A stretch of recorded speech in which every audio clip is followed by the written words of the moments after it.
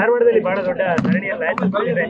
ಯುವಕರಲ್ಲಿ ಉದ್ಯೋಗಾಕಾಂಕ್ಷಿಗಳು ದೊಡ್ಡ ಮಟ್ಟದಲ್ಲಿ ಧರಣಿ ಮಾಡಿ ನಾನು ಹೇಳಿದ್ದೀನಿ ಈಗಾಗಲೇ, ಉದ್ಯೋಗ ಕೊಡಬೇಕು ಅಂತಕ್ಕಂಥದ್ದು ನಮ್ಮ ಭರವಸೆ. ಉದ್ಯೋಗ ಕೊಡ್ತೀವಿ, ಬಟ್ ಒಳ ಮೀಸಲಾತಿ ಕಾರಣದಿಂದ ಕೊಡಕ್ಕಾಗ್ಲಿಲ್ಲ. ಈಗ ಪ್ರಾರಂಭ ಮಾಡಿದ್ದೀವಿ. ಈ ಬಜೆಟ್ ನಲ್ಲೂ ಕೂಡ ಘೋಷಣೆ ಮಾಡ್ತೀನಿ ನಾನು. ಉದ್ಯೋಗ ಕೊಡ್ತೀವಿ, ಹಂತವಾಗಿ ಭರ್ತಿ ಮಾಡ್ತೀವಿ. ಈಗ ಎಷ್ಟು ಖಾಲಿ ಇದಾವೆ, ಸುಮಾರು 2.5 ಲಕ್ಷಕ್ಕಿಂತ ಜಾಸ್ತಿ ಹುದ್ದೆಗಳು ಖಾಲಿ ಇದಾವೆ. ಅದೆಲ್ಲ ಹಂತವಾಗಿ ಭರ್ತಿ ಮಾಡ್ತೀವಿ. ಚಿಕ್ಕಮಗಳೂರಲ್ಲಿ ಆನೆ ದಾಳಿ ಒಂದೇ ವಾರದಲ್ಲಿ 2 ಸಾವು ಮತ್ತು 14 ಜನ. ಏನಾಗಿದೆ, ಆನೆಗಳ ಸಂಖ್ಯೆ, ಹುಲಿಗಳ ಸಂಖ್ಯೆ, ಚಿರತೆಗಳ ಸಂಖ್ಯೆ ಜಾಸ್ತಿ ಆಗುತ್ತಿದೆ ಕರ್ನಾಟಕದಲ್ಲಿ. ಅವೆಲ್ಲವೂ ಕೂಡ ಹೊರಗಡೆ ಬರ್ತಾ ಇದ್ದಾವೆ. ಹೊರಗಡೆ ಬಂದು ಮಾನವ ಸಂಘರ್ಷ ನಡೀತದೆ.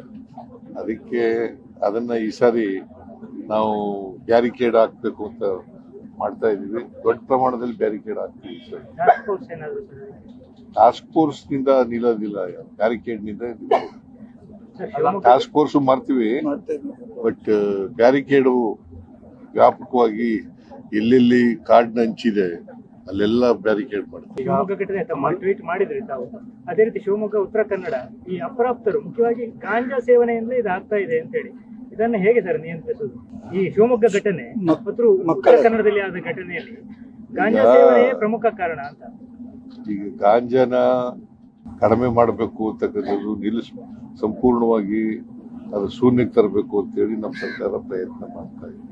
ಗಾಂಜಾ ರಹಿತವಾದಂತ ರಾಜ್ಯ ಮಾಡಬೇಕು ಅಂತಕ್ಕಂಥದ್ದು ಕರ್ನಾಟಕದ ಉದ್ದೇಶ. ನಾವು ಆ ದಿಕ್ಕಿನಲ್ಲಿ ಈಗಾಗಲೇ ಪ್ರಯತ್ನಗಳನ್ನ ಮಾಡ್ತಾ ಇದ್ದೀವಿ.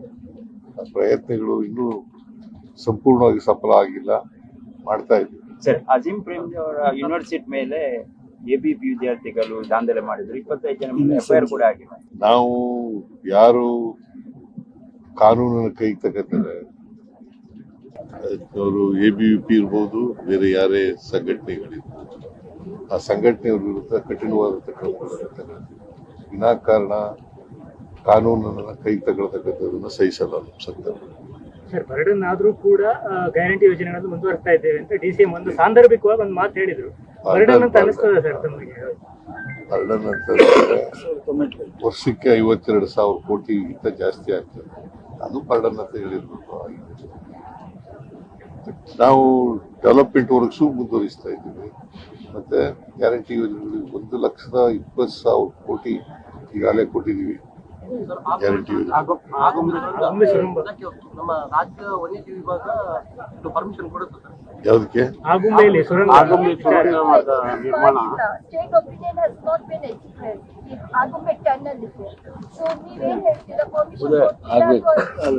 ಎಲ್ಲ ಮಾಡ್ತೀವಿ ಅದು.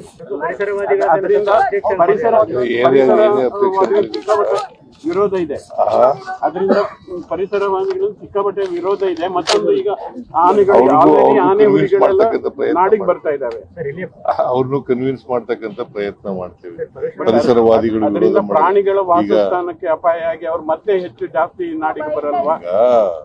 ಪರಿಸರವಾದಿಗಳು ಯಾವ ಕಾರಣಕ್ಕೆ ವಿರೋಧ ಮಾಡ್ತಾ ಇದ್ದಾರೆ ಅದನ್ನ ಅವ್ರ ಜೊತೆ ಮಾತಾಡಿ ಪರಿಹಾರ ಮಾಡ್ತಕ್ಕಂಥ ಕೆಲಸ. ಇಲ್ಲಿ ಪರಶುರಾಮ ಥೀಮ್ ಪಾರ್ಕ್ ಬಗ್ಗೆ ನಿಮಗೆ ಗೊತ್ತಿದೆ, ಎಲ್ಲ ಚರ್ಚೆ ಆಗ್ತಾ ಇದೆ. ಒಂದದು ಕಂಪ್ಲೀಟ್ ಆಗಬೇಕು ಅನ್ನೋದು ಒತ್ತಾಯ ಇದೆ. ತನಿಖೆ ಯಾವ ಹಂತಕ್ಕೆ ಲಾಜಿಕ್ ಎಂಡಿಗೆ ಬರ್ತಾ ಇಲ್ಲ ಅನ್ನೋ ಅಭಿಪ್ರಾಯ.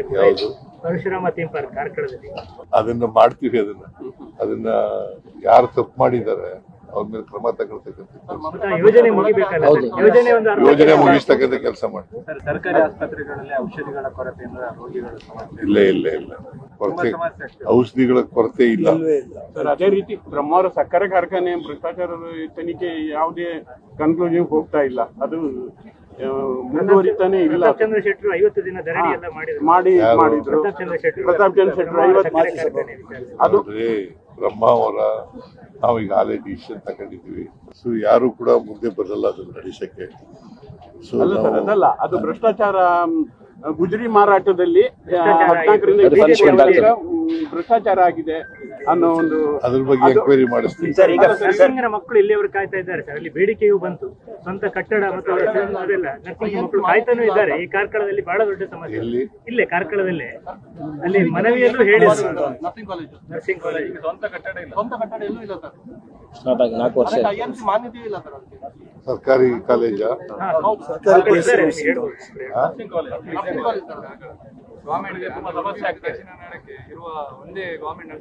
ನಾನು ಇಲ್ಲಿ ನೋಡ್ತೀನಿ. ಸರ್ ಪಿಲಿಕುಳದಲ್ಲಿ ಜೈವಿಕ ಉದ್ಯಾನವನ ಇದೆ ಸರ್, ಅಲ್ಲಿ ಪ್ರಾಣಿಗಳ ಸ್ಥಿತಿ ತುಂಬಾ ಶೋಚನೀಯ ಸ್ಥಿತಿಯಲ್ಲಿ ಇದೆ ಸರ್. ಕೆಲವೊಂದು ಮಾಧ್ಯಮ ವರದಿಗಳು ಕೂಡ ಬಂದಿರುವಂತ ಸರ್. ಪಿಲ್ಕುಳದಲ್ಲ. ಪಿಲಿಕುಳ ಜೈವಿಕ ಉದ್ಯಾನವನ ಅದನ್ನ ಒಬ್ಬ ನೋಡ್ತೀನಿ, ಅದ್ರ ರಿಪೋರ್ಟ್ ತರಿಸ್ಕೊಂಡು ನೋಡ್ತೀನಿ DC ಇಂದ. ಶಾಸಕರೆಲ್ಲ ಮಂತ್ರಿಗಳಾಗಬೇಕು ಅಂತ ಕೆಲವರು ಅಭಿಲಾಷೆ ವ್ಯಕ್ತಪಡಿಸ್ತಾ ಇದ್ದಾರೆ.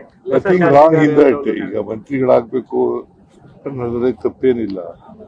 ಬಟ್ ನಾವು ಒಂದು ನಿರ್ಣಯ ತಗೊಂಡಿದ್ದೀವಿ, ಮೊದಲನೇ ಸಾರಿ ಶಾಸಕರಾದವರಿಗೆ ಮಂತ್ರಿ ಸ್ಥಾನ ಕೊಡಬಾರ್ದು ಅಂತಕ್ಕಂಥ ನಿಲುವನ್ನು ತಗೊಂಡಿದ್ದೀವಿ.